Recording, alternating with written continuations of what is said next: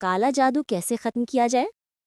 سب سے پہلے جادو ہے پیغمبروں پر بھی ہوا، قرآن پاک میں کئی جگہ اس کا ذکر بھی ہے، کوئی انکار نہیں کر سکتا، لیکن کالا جادو ہر کسی کو نہیں ہوتا، کچھ کو کوئی اور بیماری ہو بھی کالا جادو کا نام دیتے ہیں۔ اذیت میں ہوتا ہے جس طرح پوسٹ میں نے نشانیاں بتائی ہیں، تو کالا جادو کے علاج کے لیے کہیں لوگ حاملین کے پاس جاتے ہیں جادو کے توڑ کے لیے، لیکن ایک بات یاد رکھنا، ایک طرح سے ان کے پاس جانا شرک ہے، ایک طرح سے نہیں، اور کالا جادو وہ بلا ہے جس میں انسان بہت زیادہ اندرونی تکلیف اور مسائل میں ہوتا ہے، اور ہر عامل علاج نہیں کر سکتا، ہر کسی کے بس میں سحر کا علاج نہیں ہے، بس پیسوں کے لیے دھوکہ دیتے ہیں۔ اب کس طرح جانا شرک ہے جب وہ عاملین کفر شرک کی بنیاد پر علاج کریں جس سے آپ کا بھی ایمان خراب ہو جائے گا؟ اگر قرآن کے ذریعے کوئی جائز طور پر علاج کرے پھر شرک نہیں ہے، اور یاد رکھنا سحر زیادہ تر اپنے کرتے ہیں، غیر نہیں، لیکن کون؟ یہ کوئی حامل نہیں بتا سکتا، اللہ کے سوا کسی کو نہیں معلوم۔ جو عامل یہ کفر کی بات کرے کہ اسے معلوم ہے تو وہ شرک کر رہا، کیونکہ اللہ کے سوا کسی کو اس کا علم نہیں، مطلب وہ عامل دھوکے باز ہے۔ باقی کچھ مہارت عاملین کے بس میں ہے علاج کرنا، لیکن سب کے بس میں نہیں۔ لیکن آپ اپنا علاج خود گھر میں بھی کر سکتے ہو اگر آپ کا ایمان اللہ پاک کا کلام یعنی قرآن پاک پر ہے تو۔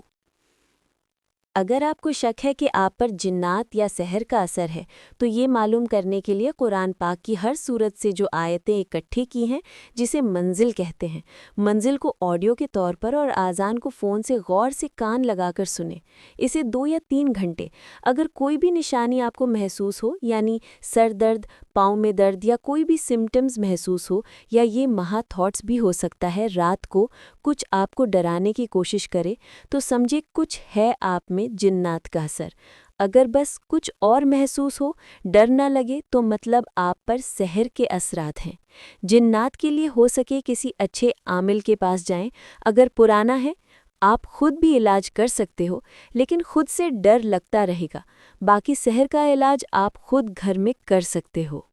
کالا جادو یا سحر کا علاج؟ میرے تجربے کے مطابق جب مجھ پر سحر ہوا، لیکن مجھے پتہ تب چلا جب میں نے آذان اور منزل آڈیو کے طور پر شام سے لے کر رات تک سنا، پھر پتہ لگا کہ مجھے سحر ہے۔ حاملین کے پاس کافی علاج بھی کرائے، لیکن پھر خود ہمت کی۔ میں ان حالات میں نماز پڑھتی تھی، ساتھ قرآن پاک کی تلاوت، لیکن قرآن پاک میں جو منزل ہے آپ کو الگ کسی بھی مارکیٹ سے یا گوگل پر بھی سرچ کرنے سے مل سکتا ہے، وہ آپ لیں اور روزانہ 1 مرتبہ پڑھ کر پانی میں دم کر کے تھوڑا سا پانی کی چھینٹیں منہ پر چھڑکیں یا منہ دھو لیں، تھوڑا پانی سر پر بھی چھڑکیں، باقی پی لیں، اور سورت بقرہ روزانہ گھر میں پلے کر کے سنیں، اور سورت رحمان بھی، اور سونے سے پہلے اول و آخر درود شریف پڑھے، پھر 3 مرتبہ سورت فاتح، 3 مرتبہ آیت الکرسی، 3 مرتبہ سورت ناس اور 3 مرتبہ سورت فلق پڑھ کر دم کر کے سو جائیں۔ باقی 3 رات کوشش کریں نماز تہجد پڑھ کر اللہ پاک کی بارگاہ میں ہاتھ اٹھا کر دعا کریں، کیونکہ یہ وہ وقت ہے جس وقت اللہ پاک اپنے بندوں کی دعا رد نہیں کرتا۔ یہ عمل آپ کو کچھ مہینے کرنا ہوگا، یہ نہیں 1 ہفتہ مہینہ کر کے چھوڑ دیا، کیونکہ سحر ایک ایسی بیماری ہے جسے کسی کو کرنا آسان ہے لیکن علاج مشکل ہے، لیکن ناممکن نہیں ہو سکے سے 3 سال بھی لگ سکتے ہیں، لیکن اللہ کی کلام میں طاقت ہے۔